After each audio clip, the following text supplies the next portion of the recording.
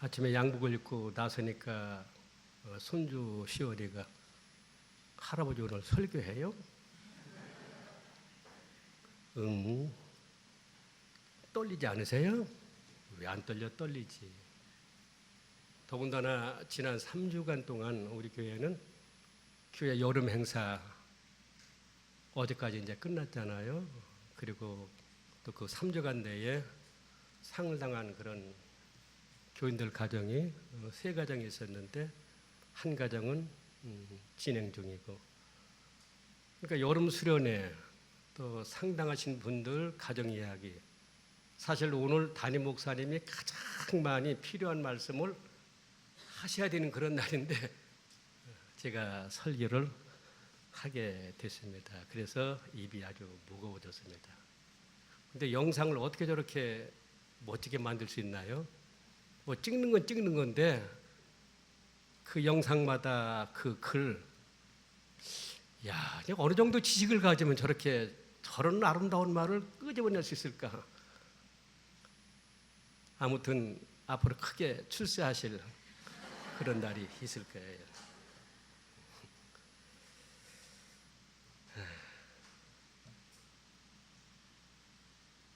그 상갓집을 저도 함께 이제 다녀오면서 전도서 6장 3절 말씀을 찾진 말세요. 제가 늘 생각합니다. 거기 무슨 말씀이냐면은 사람이 비록 100명의 자녀를 낳고 또 장수하여 사는 일이 많을지라도 그 영혼은 그러한 행복으로 만족하지 못하고 또 그가 장사되지 못하면 그는 낙태하는 사람보다 더 불쌍하다 할 것이니라. 어떤 사람이 아주 고약하게 이런 말을 했어요. 사람은 태어나면서부터 이미 죽기에 충분한 늙은이로 태어난다. 아주 고약한 사람이지요. 그죠? 고약한 사람입니다. 너무 심한 말을 했지만 사실 죽음에 대한 이해를 우리가 다 할 수는 없어요. 다 할 수는 없습니다. 유대인들 사이에서는 죽음에 대하여 가족이 죽으면 슬퍼하지 말라. 그것은 하나님이 맡기셨던 보석을 다시 찾아가시는 일이다. 그런 거로 부모가 돌아가셔도 한 달 이상을 슬퍼하지 말라. 하나님은 그의 자녀들이 그냥 기쁨으로 사는 것을 좋아하신다. 오늘 목사님 창에도 보면 비슷한 이야기가 기록되어 있습니다. 기쁨으로. 장례를 기쁨으로 그렇게 보내드릴 수 있을까요? 성경 그렇게 할 수 있다고 말씀하고 있는 거죠.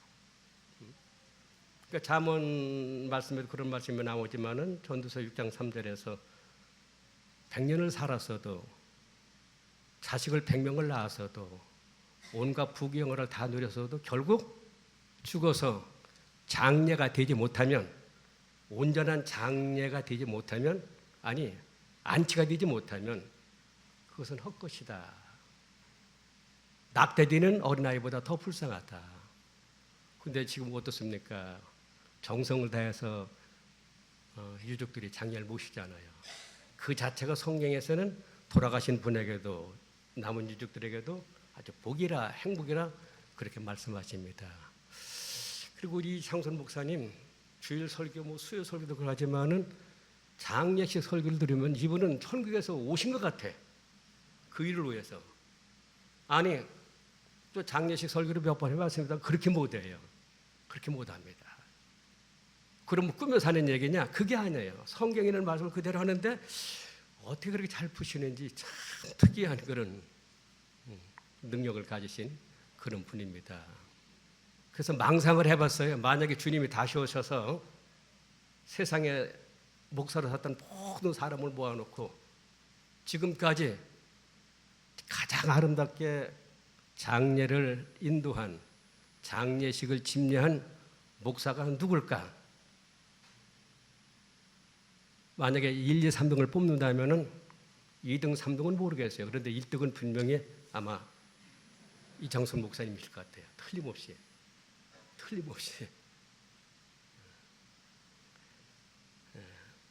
참 감사한 그런 분입니다. 감사한 그런 분입니다.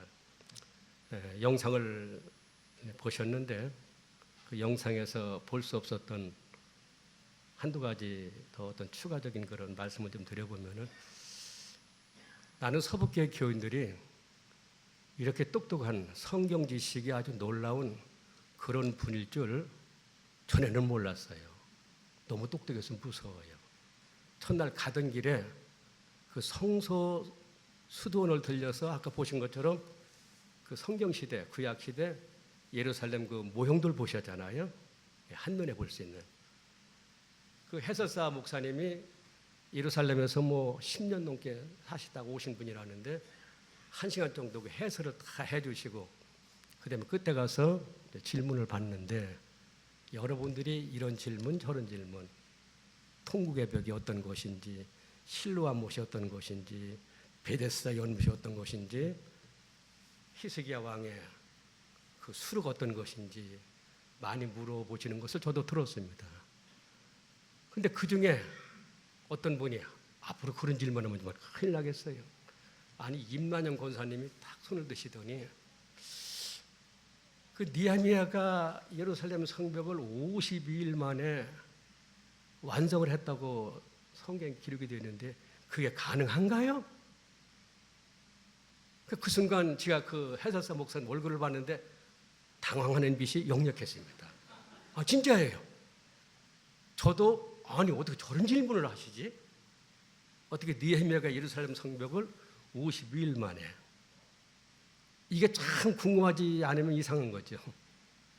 근데 그 당시에 예루살렘 성벽 길이가 사방 2.4km였습니다. 동쪽은 다 허물어져서 동쪽 성벽은 다시 수축을 하고, 나머지 서쪽, 남쪽, 북쪽으로는 성터가 있는 곳 그 돌들을 다시 주워가지고 다시 수축을 한 거예요.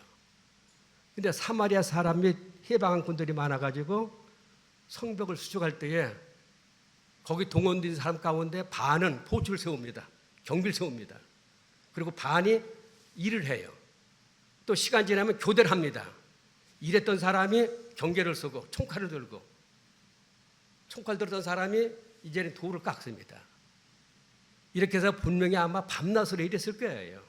성벽 두께가 3m 정도가 되는데 이걸 2.4km 그 바벨론까지 갔다 와야 되는 그런 거리인데, 최소한도 이거 52일 만에 그런 식으로 했기 때문에 가능했던 것 같아요, 제가 보건데. 그렇게 만약에 지금 느헤미야가 살아있는 사람이라면은 그런 노동법에 걸려가지고 감옥에 가서 지금까지도 못 나올 거예요. 아, 그런 노동 착지가 없잖아요. 그냥 밤낮으로 24시간 50일을 돌렸으니. 야, 이 서북교에 저렇게 성경 지식 해박한 저런 분들이 있다. 앞으로 설교하기 참 나는 힘들겠네. 놀라운 일이 아닐 수가 없는 거죠. 한가족 수련회 때 제목도 여간 좋지 않잖아요. 쉼과 회복 있는 풍경. 저는 제 눈으로 직접 그런 광경들을 몇 가지 보았습니다. 다른 거 다 말씀드릴 수 없지만은 우선 담임 목사님 얼굴이 그때 4개였어요. 몇 개요? 4개. 우선 수련회에 못 오신 분들에 대한 그 미안함, 그 아쉬움이 그게 아주 얼굴에 이렇게 배이더라고요. 또 한 가지 얼굴은 오신 분들에 대한 그 고마움, 흐뭇함, 이게 아주 얼굴에 나타나요. 또 한 가지 얼굴은 아이들이 노는 걸 보면서, 감히 서북교회는 아이들도 겁이 없어. 어떻게 돌을 주워다가 그걸 댐을 쌓아요, 물을 막겠다고. 이 서북교회 아이들이 아니면 불가능해. 그걸 보시면서 아주 흐뭇해서 그 얼굴이 아이들 얼굴보다 더 아이들 얼굴 같았어요, 그냥요. 근데 첫날에 이제 상을 당한 그런 교인이 있어서 이제 서울로 되돌아올 적에 그 되돌아가는 모습을 보면서 아주 걱정하시는, 염려하시는 그런 얼굴. 저런 얼굴이 하나인데 목사님은 안에 천의 얼굴을 가진 것 같아요. 수련회장에서 본 거는 4가지 얼굴이에요. 그리고 또 교인들을 보면서, 야, 이 사람들은 서로 헤어져서는 살 수 없는 그런 사람들이네. 아니, 매주마다 본 사람들인데 그 얼굴이 그 얼굴인데, 아, 그렇게 뭐 반가워가지고 어떻게 할 줄을 몰라 그럴까요, 그냥. 에? 그래서는 이야, 헤어져서는 살 수 없는 분들. 근데 우리가 지상에서 살면은 떨어져 살 수밖에 없는 그런 환경이 있습니다. 그러나 그때는 또 다시 만날 수 있는 확률도 있습니다. 근데 우리가 나중에 천국에서는 헤어진 사람이 있으면 안 되는 거예요. 존 두톤이 말한 것처럼, 놀라운 은혜를 쓴 그 사람이 말한 것처럼, 내가 천국에 가면 세 가지 일로 놀랄 것이다. 하나는 세상에 저런 사람이 어떻게 천국에 와 있지? 또 하나는 여기 가르치면 안 되니까 그 사람이 왜 안 왔지? 왜 못 왔지?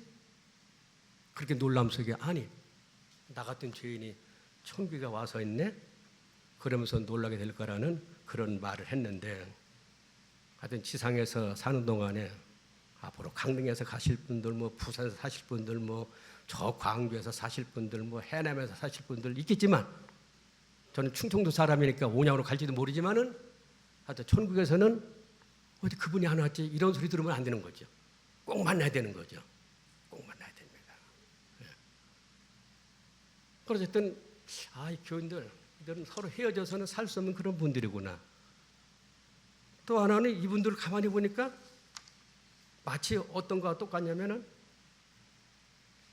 에덴에서 사는 것인지, 이사야 말대로 하면은 물된 동산에 사는 사람들 같은 그런 모습. 아니 얼굴에 불안도 없고 우울증도 없고 아주 평안한 마음이, 웃음이 가득 차 있어요. 이런 말이 있습니다.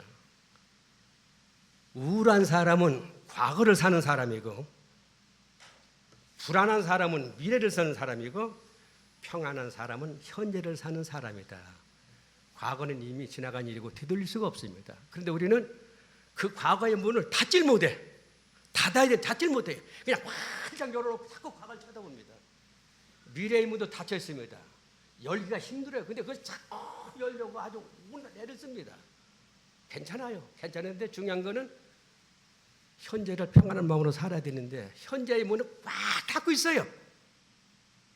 오늘을 안 열어요. 그러니까 우울과 불안에 쌓일 수밖에 없는 거죠. 지나간 일은 지나간 일, 내일은 내일, 오늘은 즐겁게 살자 하면은 그 마음에 평안한 마음이 안 들겠어요? 이런 모습을 수양관은 거기서 봤는데, 앞으로 주일마다 우리 교인들 눈에서 그렇게 보였으면 좋겠다는 그런 생각을 해봅니다. 또 하나는 이제 수련회 기간 동안에 우리 청년들, 학생들, 젊은 교인들이 많았었는데, 그래도 그 속에 나이가 꽉 찬 그런 또 노인들이 또 많이 계셨지요. 마지막 날 주일 예배 시간에 한 15분 전에 그렇게 이제 제가 앞자리에 이제 앉았었는데, 그 뒤로 권사님들 몇 분이 앉아 계셨어요. 그 당신들끼리 소리 얘기하다가 한명석 권사님이 죄송합니다. 저를 쳐다보면서, 그 찬양자를 쳐다보면서, 목사님, 저도 과거에는 젊었을 때는 아주 몸을 아끼지 않고 그렇게 열심히 교회를 섬기고 주님을 섬기고 성도를 섬겼는데, 이제는 몸이 따라주질 않아요. 그래서 교회에서 젊은 집사들 보면, 청년들 보면은 고맙기도 하면서 속이 상해요. 나도 좀 더 일하고 싶은데 그게 안 돼요. 그러면서 얼굴이 짠해지시는 걸 제가 앞에 앉았다가 그 자연스러운 현상이에요. 이제 권사님도 저도 이제는 제자됨으로 살려고 하지 말고 그냥 하나님의 자녀로만 살아가십시다. 그렇게 말씀을 드리고 집으로 돌아와서 제자됨, 그리고 또 아들됨, 이게 어떤 의미인가, 이걸 좀 생각하다가 그렇게 말씀을 드릴 수 있는 기회가 주어졌습니다. 자, 자녀됨과 제자됨, 이 의미와 차이를 우리가 분명히 알면은 신앙생활을 보다 즐겁게 감사한 마음으로 할 수가 있습니다. 자녀됨, 아들됨. 자, 요한복음 1장 12절에 보면은 그 누구든 예수님을 영접했을 때 즉시 하나님의 자녀가 되는 권세를 주셨다 그랬습니다. 권세를 주셨다. 아주 특권입니다. 특권입니다. 영접하는 자, 곧 그 이름을 믿는 자들에게는 하나님의 자녀가 되는 권세를 주셨으니, 아주 파워라고 했어요. 이때 주신 그 자녀됨, 하나님의 아들됨, 이 자격은 영원히 상실되지 않습니다. 취소되지 않습니다. 이게 상당히 중요한 그런 말씀입니다. 그 사실을 예증해 주는 성경 예화 가운데 하나가 우리가 보통 알고 있는 탕자의 비유, 둘째 아들에 대한 그런 이야기입니다. 한번 떠올려 보시겠습니까? 누가복음 15장에 있는 말씀. 둘째 아들은 아주 집에서 속을 썩일 때도, 그 아버지의 마음을 팍팍 긁어 놓을 때도 그 형이 넌 차라리 없으면 좋겠다, 이런 취급을 받을 때도 그는 여전히 아버지의 아들이었습니다. 여전히 아버지의 아들이었습니다. 아버지에게 막 띠를 써서 살아계실 때 차라리 빨리 재산을 좀 분배해달라. 돈이 많아서 참 그런 데는 좋겠어요. 저도 유산 분배가 끝났습니다. 우리 소영이는 제가 한 4, 50년 쓴 성경을 유산으로 남겨달라고 해서 아주 해놨어요. 그냥 아주 낡은 성경, 이건 새 성경입니다. 우리 둘째 딸은 제가 시를 쓴 하나 그 액자가 있는데 저 액자 저한테 유산으로 물려달라고 해서 제 이름을 써놨어요. 저는 끝났어요. 이제 끝났어요. 그런데 이 둘째 아들 이 녀석이 돈을 가지고 나갔잖아요. 그래도 아들의 신분은 여전합니다. 그 돈을 가지고 제 마음대로 써. 제 마음대로 써. 여기 반석이 왔나? 저 불광동에 뭐 호박 클럽 나이트인가 뭐 그거 한번 가고 싶다. 가봐요. 괜찮아요. 어떤 곳인지 나도 궁금해. 그렇게 썼을 거예요. 그렇게 탕자로 살 적에도 그 아들의 신분은 여전히 아버지 아들입니다. 살다가 돈이 떨어져서 이제 돼지 우리에 가서 돼지만도 못한 삶을 살잖아요. 그때도 여전히 그 아들의 신분은 아들입니다. 종이 아닙니다. 노예가 아닙니다. 할 수 없이 이제는 살 수가 없어서 마지막 수단으로 아버지한테 돌아가자 하면서 돌아왔을 때도 다른 건 없었어요. 여전히 그때도 그 아들이었습니다. 아버지가 잔치를 벌이고 그 손가락에 반지를 끼우고 새옷을 입히고 했을 때도 겉은 그렇지만 속은 그러나 계속해서 아버지의 아들이었습니다. 그러니까 잘 생각해 보세요. 이 탕자가 만일 기왕에 내가 나가는 거 아주 호적을 파가지고 나가겠다. 이제 이 집안과는 아버지와는 내가 영원히 담을 쌌다. 그렇게 하고 나갔을지라도 법적으로는 몰라도 천륜적으로는 여전히 그 아버지의 그 아들입니다. 이가 우리가 예수를 믿으면서 하나님께서 믿는 순간, 구원받는 순간 하나님의 자녀가 되는 권세를 주셨다는 말씀의 의미가 그겁니다. 그 어떤 경우가 있어도 우리 하나님의 자녀된 신분, 아들된 신분은 취소되지 않고 상실되지 않고 그대로 유지가 된다는 그 사실입니다. 물론 신앙생활을 하다 보면은 우리가 이탈할 때가 있습니다. 교회를 멀리하고 하나님을 멀리할 때가 있습니다. 그래도 우리 눈에 보이지 않지만 하나님이 아주 강력한 어떤 고무줄로 그 사람을 꼭 묶어놓고 그래 갈 때까지 가봐라. 가봤자 자꾸 힘들어지는 건 자기 자신이에요. 하나님이 고무줄을 잡고 계십니다. 밖으로 자꾸 나갈수록 고무줄이 더 팽창됩니다. 끊어질 일은 없습니다. 그런데 만에 하나 끊어진다면 끝난 것이지만 절대로 끊어질 수가 없는 것이고 하나님께서 지가 갈 때까지 간 다음에 다시 당기는 거죠. 그래서 결국 하나님께로 끌려오게 되어 있습니다. 한 번 예수 믿고 구원받은 사람은 영적으로 성숙하지 못하는 그런 경험을 할 망정 그 자녀됨의 신분은 절대로 포기되지 않습니다. 상실되지 않습니다. 빼앗기지 않습니다. 그러니 내가 예수 믿고 구원받았다고 하는 거, 하나님의 자녀가 됐다는 사실이 이게 그냥 넘길 일이 아니지요. 그리고 사실은 그 자녀된 신분, 아들된 신분으로 비교적 편하게 평생을 그렇게 사는 사람들이 사실 교회에서 많이 있습니다. 그런데 예수님은 그렇게만 살지 말고 그런 특권을 가지고 있지만 한 단계 올라서서 한 발 더 내디뎌서 나의 제자로 살라. 나의 제자로 살아달라. 그게 예수님의 뜻이고 예수님의 부름입니다. 그 사실을 역시 예정할 수 있는 사건이 오늘 본문에 나오는 바로 베드로가 그 이탈하게 되는 그런 동기를 볼 수 있게 됩니다. 어느 정도로 이탈을 했습니까? 아예 낭떠러지로 떨어져 버렸습니다. 그냥 가다가 걸린 것이 아니라 아주 낭떠러지로 떨어져 버렸어요. 더 이상 떨어질 수 없는 그 정도로 떨어졌습니다. 이거는 이탈입니다. 경로 이탈입니다. 경로 이탈입니다. 그러면은 왜 그렇게까지 베드로는 내가 주님과 함께 죽을지언정 주를 부인하지 않겠습니다. 주님이 가시는 곳이면 어디든지 나도 따라가겠습니다. 이렇게 호언장담했던 베드로가 어떻게 이 지경이 되었을까요? 힌트는 있습니다. 오늘 말씀뿐만 아니라 같은 마태복음 26장 34절에 보면은 거기 두 가지 중요한 것이 나와요.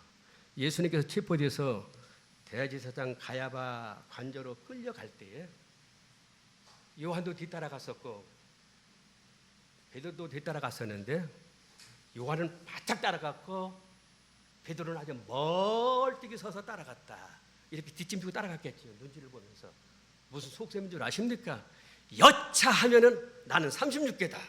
왜? 겟세마네 동산 이미 경험을 했어요. 쫓아가다가 붙들리면은 죽을 수도 있어요. 그러니까 그런 순간이 닥치면 나는 주랭랑을 친다. 죽을 힘을 다해서 도망간다. 이래서 멀찍이 서서 따라갔다. 신앙생활 할 적에 교회에 바짝 붙어서 주님께 바짝 붙어서 해나가야지 자꾸 멀어지면은 멀찍이서 손님처럼 나그네처럼 해가면 이런 위험이 닥칠 수가 있는 거예요. 아주 바짝 붙어서 따라가야 됩니다. 그리고 마침내 대제사장 가야바 집 앞에 다다랐습니다. 예수님 안으로 들어가셨습니다. 요한은 성경에 보니까 그 어머니가 예루살렘에 있는 대제사장과 잘 아는 사이에 이렇게 한번 사람이 좀 살아봐야 돼. 이렇게 권세 있는 사람과 좀 통하는.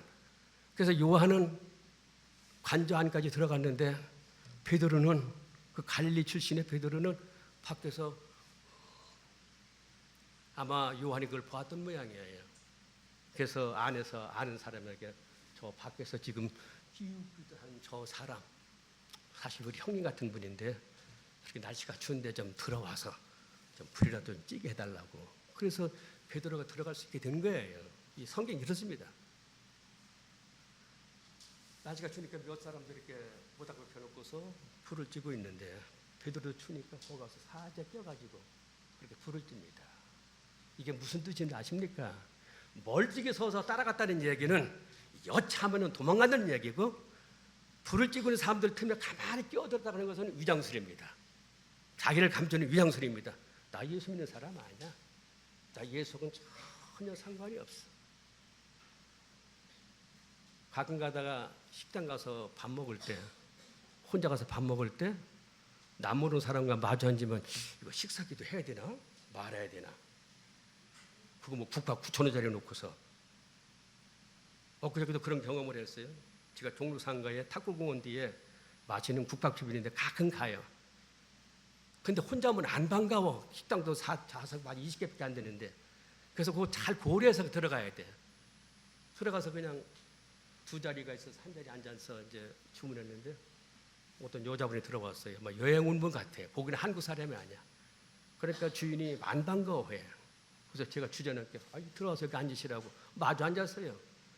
식당에서 남 모르는 여자와 생전 처음 모자를 푹 썼기 때문에 인물은 모르겠어. 근데 인물은 갖춘 것 같아. 보기가. 근데 이제 밥이 나왔는데 이거 기도해야 되나 말아야 되나 낯선 사람 앞에서. 그래도 어떻게 기도를 하지 않을 수 있나? 기도하고서. 기도하면은 나를 드러내는 것이고 기도하지 않으면 나를 감추는 것인데 위장술인데 베드로가 그랬다 그 얘기입니다. 자기를 감췄어요. 가만히 껴가지고 그게 화근이 된 것이고 자충수가 된 것이죠. 그를 알아본 세 사람이 연달아서 묻지 않습니까? 당신은 예수의 제자였다. 예수의 도당이었다. 예수의 사람이었다. 네 말투나 그 하는 행동이나 옷차림이나 모든 것을 봤을 적에 처음에는 부드럽게 그렇게 부인을 하다가 점점 세게 막판에 가서는 예수 그 작자 나하고 아무 상관이 없어. 당신들이 뭘 잘못 본 거야. 아, 내가 왜 저런 예수와 같이 이렇게 부인하고 난 순간에 닭이 울더라. 그때 베드로의 정신이 깼지요. 하하.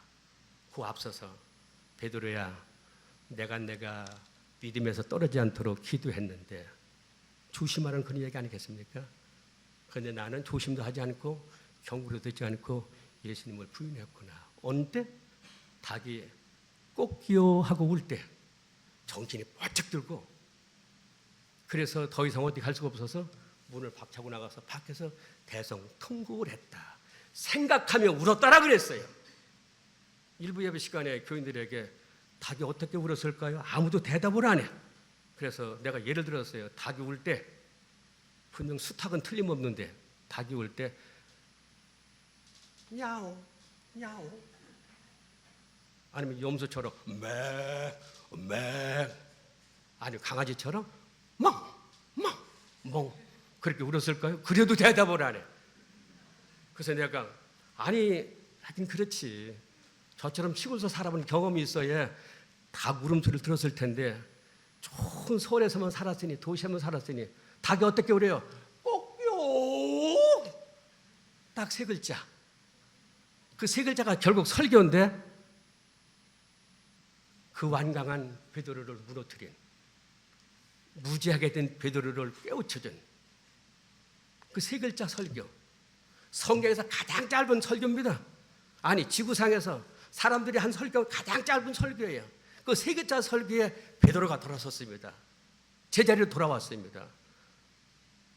그런데 나는 왜 지금 설교를 길게 하고 있지? 벌써 30분이 되어가는 것 같은데 얼른 끝내야 되겠네요. 여러분, 그 차이를 알겠습니까?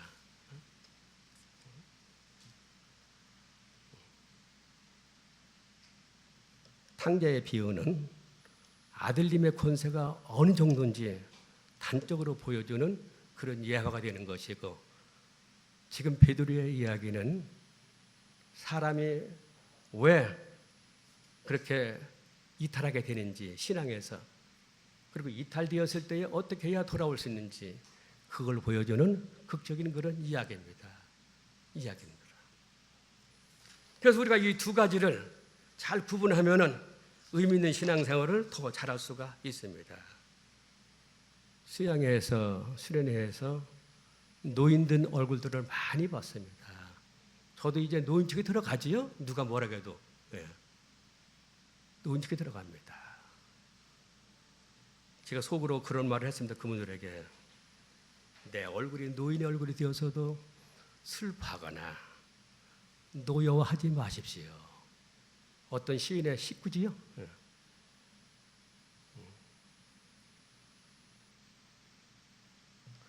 젊음은, 청년은 장미로 만든 면류관이요, 노인은 가시로 만든 그런 면류관이다.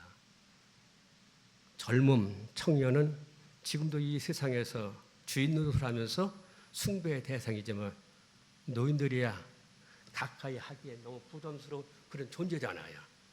여러분의 어머니, 아버지가, 여러분의 할아버지, 할머니가 그렇습니다. 다른 사람 이야기가 아닙니다. 그러나 노인들 아셔야 될 일이 있습니다. 얼굴이 노인들 분들이 아셔야 될 것이 있습니다. 하나님께서는 이렇게 됐다 할지라도 너는 다 됐다. 그래서 이제 너는 더 이상 쓸모가 없다. 그래서 메모지로 이렇게 사용하던 그 메모지를 구기구기해서 버리는 것처럼 그렇게 버리시는 것이 아니라 노인의 얼굴이 되었을 때에, 몸이 늙었을 때에 네가 여전히 할 일이 있고 그럴 가치가 있다. 예를 들었어요. 그래서요, 옛날에 어른들이 옷을 어느 정도까지 입어야 되느냐, 아주 해져서 더 이상 입을 수 없을 때까지 옷을 입어라. 그런데 우리 집에 가면 옷 많아요. 그렇게 사다 줘가지고 한 번도 안 입은 옷이 지금도 있어. 한 번 입기 시작하면은 더 이상 입을 수 없을 때까지 옷을 입어라. 더 이상 입을 수 없으면 그다음에 그걸 걸레로 쓰라. 걸레로도 쓸 수 없을 때는 버리지 말고 그래도 진흙벽을 바를 적에 진흙에 섞어서 벽을 바르라. 그러면은 벽이 갈라지지 아니한다. 그러니까 지금 우리 나이가 드신 분들이 비록 헌옷 같다 할지라도 아니 걸레를 쓸 수밖에 없는 그 정도 상태가 됐다 할지라도 이제 걸레로 남아서 쓸 수 없는 그 정도 상태가 됐다 할지라도 그래도 내가 할 일이 있다. 내게 소용되는 건 어떤 일이 있다. 이런 마음을 가져야 될 필요가 있는 것이지요. 그래서 양의 이야기를 들려드렸습니다. 제가 성지순례 2번 정도 다녀왔는데 그래서 이집트도 2번 가보고 요르단도 2번 가보고 이스라엘도 2번 가보고 터키도 2번 가보고 그리스도 2번 가보고 그랬어요. 근데 재수가 좋으면은 양떼를 만납니다. 양떼를 만납니다. 수십 마리에서 수백 마리예요. 목자는 한 명입니다. 근데 신기한 게 있어요. 양떼를 몰 때, 양떼를 끌 때에 목자가 하지 않습니다. 그 양무리 속에 한 마리 리더가 있대요. 그 리더 양에는 방울이 달려 있어요. 목에 2마리, 3마리인 경우도 봤습니다. 물론 처음 볼 적에는 성경에서 붉은 죄가 양털같이 헤어지리라 하는 그런 말씀을 보고 양들은 아주 하얀 여기 앉아 계신 분도 저 옷처럼 그렇게 저 목사님 그 와셔서 색깔처럼 한 줄 알았어요. 근데 세상에 양 털 색깔이요 그렇게 노릇끼리하고 얼마나 냄새가 나고 막 털이 뭉쳐 있는지 그 가이드한테 왜 양이 저래 그랬더니 원래 그래요. 그래서 성경에서 왜 흰 양털처럼 그렇게 그런 말씀이 나오네 했더니 몰라서 그래요.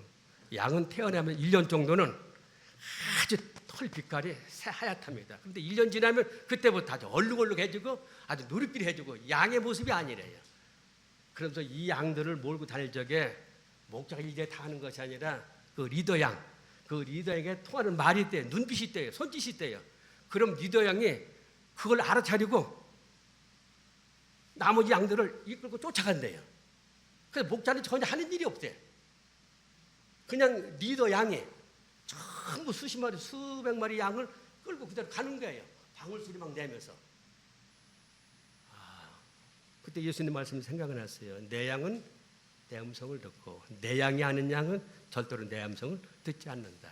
그러니까 이제 나이가 든 우리들은 이제 리더 양은 안 돼요. 그렇잖아요. 인정해야 되는 거예요. 이제 그거는 젊은 집사님들, 권사님들이 하게 넘겨놓고 내려놓고 야 너희들은 아직 제자됨이 끝나지 않았다. 우리는 제자됨에서 자유로운 영혼이 되어 이제는 자녀로만 살아갈 것이다. 이해가 되십니까 지금? 이해가 되십니까? 하나님의 아들된 신분으로만 살아갈 것이다. 좀 편하게, 마음 편하게, 좀 몸도 편하게, 교회로부터 좀 자유롭게. 그러니 우리가 해왔던 일들은 당신들이, 젊은 교인들이, 청년들이 앞으로 리더 양처럼 그렇게 해주면 고맙겠다. 그런 말씀을 하시면 그분들은 예, 알겠습니다. 지금부터 우리가 두 몫으로 리더 양이 되겠으니 이제 권사님들은 아주 편하게 교회하고 가시고 그냥 우리 듬뿍 사랑만 해주시고 기도해 주시고 기쁘게 찬송하고 기쁘게 이야기하고 그리고 끼니는 꼭 궁금하세요. 그렇게 말씀해 주시면 여기 노인들 분들이 얼마나 즐겁고 고맙겠어요. 다른 분들이 아닌 여러분의 할아버지, 할머니, 어머니, 아버지입니다. 그래서 우리 교회 모든 교인들이 이제부터 자녀됨과 제자됨의 그 의미와 차이를 아시고서 지금까지 자녀로만 좀 편하게 살아왔다면 전환하셔서 내가 이제부터 제자로 살아야 되겠다는 그런 결심이, 그런 결단이 있게 되기를 예수님의 이름으로 축원합니다. 기도하겠습니다.